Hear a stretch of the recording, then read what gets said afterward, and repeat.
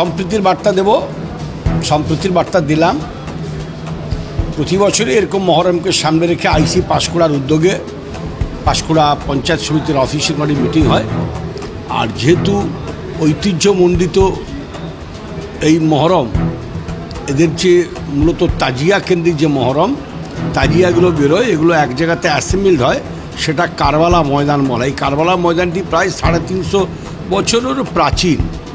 সেইভাবে এই কারবালা ময়দানে যখন এই প্রসেশনগুলো আসতে শুরু করে, এই জায়গাটা পাঁশকুড়া পৌরসভার মধ্যে পড়েছে। সেইভাবে পাঁশকুড়া পৌরসভার চেয়ারপারসন হিসেবে আলাদা মানবিক দায়িত্ব থাকে, তাদেরকে কোঅপারেশন করা, তাদেরকে সমস্ত সহযোগিতার হাত বাড়িয়ে দেওয়া।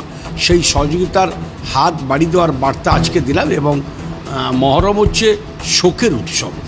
সেইভাবে এই আজকের এই মহরম কমিটিগুলোর কাছে আবেদন করলাম, আমাদের জননেত্রী পশ্চিমবঙ্গের মাননীয় মুখ্যমন্ত্রী পরম সম্মানীয় মমতা বন্দ্যোপাধ্যায়, যে তার যে বার্তা, ধর্ম যে যার উৎসব কিন্তু সবার, সেই জায়গাতেই মানে এই তাজিয়া উৎসবে ওদের যে মেলা হয়, সে মেলাতে প্রচুর দর্শক আসে।